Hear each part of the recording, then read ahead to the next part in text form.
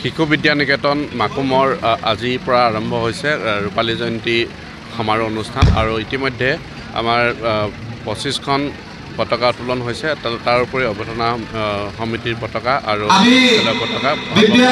পতাকা উত্তোলন আৰু ইতিমধ্যে স্মৃতি তৰ্পণ কাৰ্যসূচী ইতিমধ্যে হৈ গৈছে। ইয়াৰ পাছতে হ'ব প্ৰাৰ্থনা গীত। গতিকে এই যি কাৰ্যসূচী হৈছে এই কাৰ্যসূচীবিলাক খুব সুন্দৰভাৱে আৰম্ভ হৈ গৈছে আৰু আজিৰ পৰা কাইলৈলৈকে দুদিনীয়া বিস্তৃত কাৰ্যসূচী এই ৰূপালী জয়ন্তী সমাৰোহত আমি সামৰি লৈছোঁ।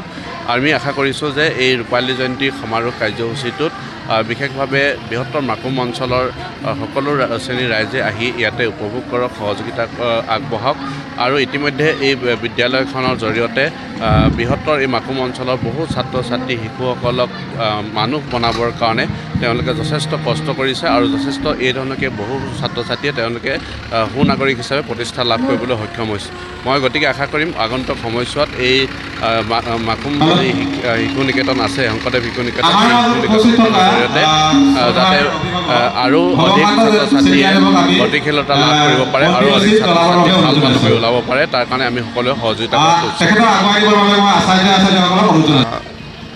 বিদ্যাভাৰতী অখিল ভাৰতীয় শিক্ষা অনুষ্ঠান শিশু শিক্ষামিতি অসমৰ দ্বাৰা পৰিচালিত মাকুম শংকৰদেৱ শিশু নিকেতনে আজি 25টা বৰ্ষ সম্পূৰ্ণ কৰাৰ উপলক্ষে আজি আমি সকলোৱে একত্ৰিত হৈ সামৰণি অনুষ্ঠান আগবাঢ়িছোঁ।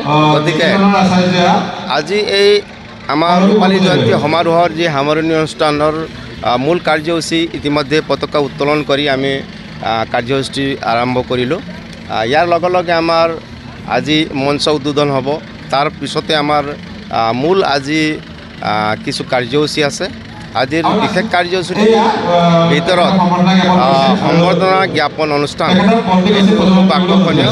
যিসকল ব্যক্তিয়ে এই নিকেতন প্ৰতিষ্ঠা কালৰ পৰা বৰ্তমানলৈকে অনবদ্য অৱদান আগবঢ়াইছে তেখেতসকললৈ আমি পৰিচালনা সমিতিৰ তৰফৰ পৰা আমি সম্বৰ্ধনা আগবঢ়াব বিচাৰিছোঁ। ইয়াৰ লগতে আমাৰ অন্য এটি বিশেষ গুৰুত্বপূৰ্ণ আমাৰ কাৰ্যসূচী আছে, সেইটো আলোচনা চক্ৰ।